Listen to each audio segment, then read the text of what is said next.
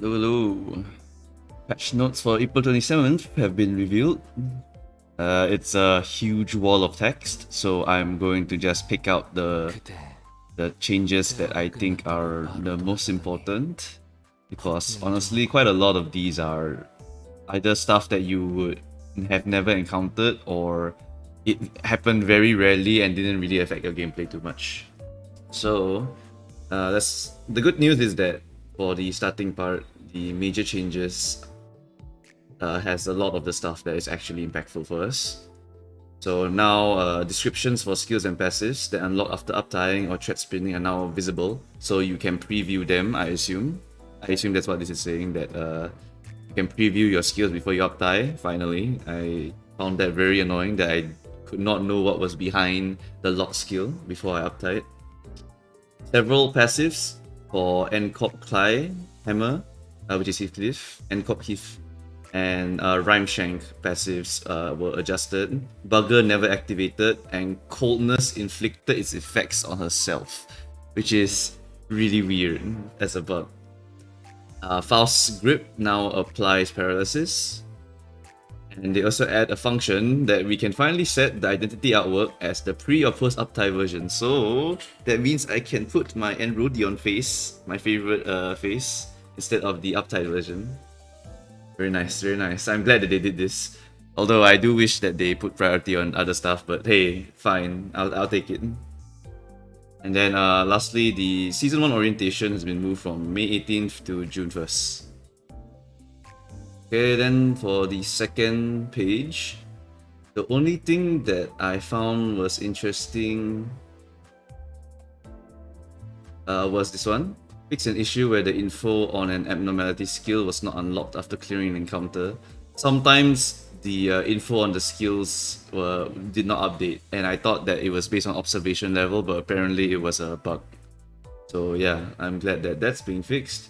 I could be wrong as well. This could still be related to observation level, but it does say after clearing an encounter with it for the first time.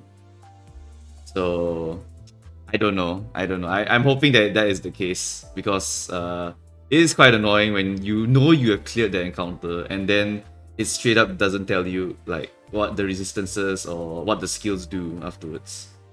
Yeah. They did fix an issue with Section 6 Zoai Sinclair's Strong Strike, did not show the special animation. And for everything else, I think it is like whatever, man. Oh, they also fixed the Ryoshu's dodge. The dodge did not activate properly, did not give her haste. Yep, so that's all that really matters, in my opinion, for this part. Oh, wait, one more. Sorry. Add a button to copy the player's own user ID. So you can now copy and paste user IDs for friend adding, which is probably one of their biggest quality of life. Okay, and then for the third page, the only major one I saw is that they added a tutorial for Ego Overclock. Everything else is really a bunch of bug fixes and UI fixes that probably didn't change your gameplay too much, but did happen to you and you probably didn't notice them, or you noticed them and you just didn't care because it didn't really affect your gameplay. Yeah. So besides everything else here, there's one new tutorial for Ego Overclocks. And in case you still don't know how to do Ego Overclocks, all you need to do is activate the Ego and hold it. So you open up the menu where all the egos are, and then you click and hold your ego. Base egos cannot be overclocked. Only only like higher than as long as they're not base egos, then they can be overclocked. Yeah. Okay, and then lastly, we're getting 300 lunacy. In addition to that, they've also released the preview of the next unit, which is going to be Corp Sinclair. Corp Sinclair would probably be the last unit for a full Corp team, right? We got Faust, Heathcliff, Rodion, Massault, and now Sinclair. I can't think of any other Corpers. So finally, I think we have a full team of 5 now, right? Some of the fan art here, I think, show, yeah, correct.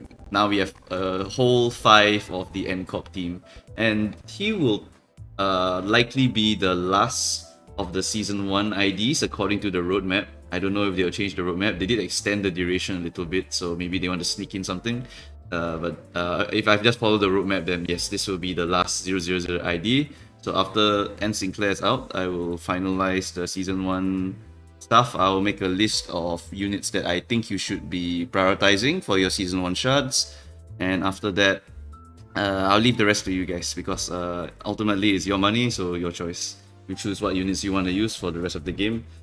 Sinclair is going to be the last piece, and hopefully he'll be very strong also. Because it's the lore reasoning is that it's Chroma and Sinclair, right? So it's gonna be Faust and Sinclair this time.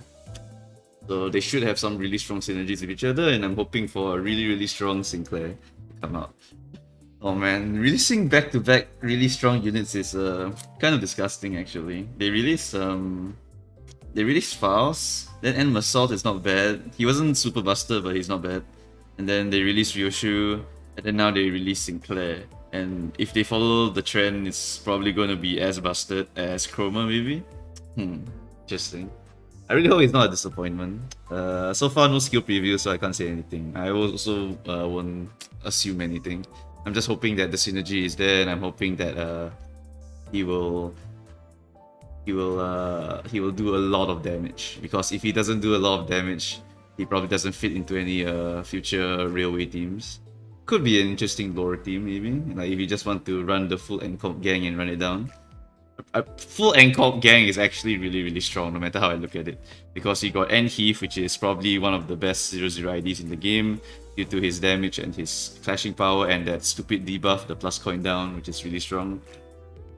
Then we got Enrodion, which does a lot of damage. We got Faust, who does a lot of damage. We got Basalt, who does some damage. And yeah, let's hope Sinclair also does a lot of damage. Finalize this whole team and make nail the thing. Because right now, for railway content mostly, it's all about fragility, all about raw damage. Let's see if Sinclair changes that, or if he just is going to become a really strong unit to just slot into any team to buff their damage. Yeah. Alright, so that's it for the patch notes. In summary, for the patch notes is that we got a new overclock tutorial. There have been a crap ton of bug fixes, animation fixes, UI fixes, blah blah blah, and a lot of these passives that used to didn't work now work.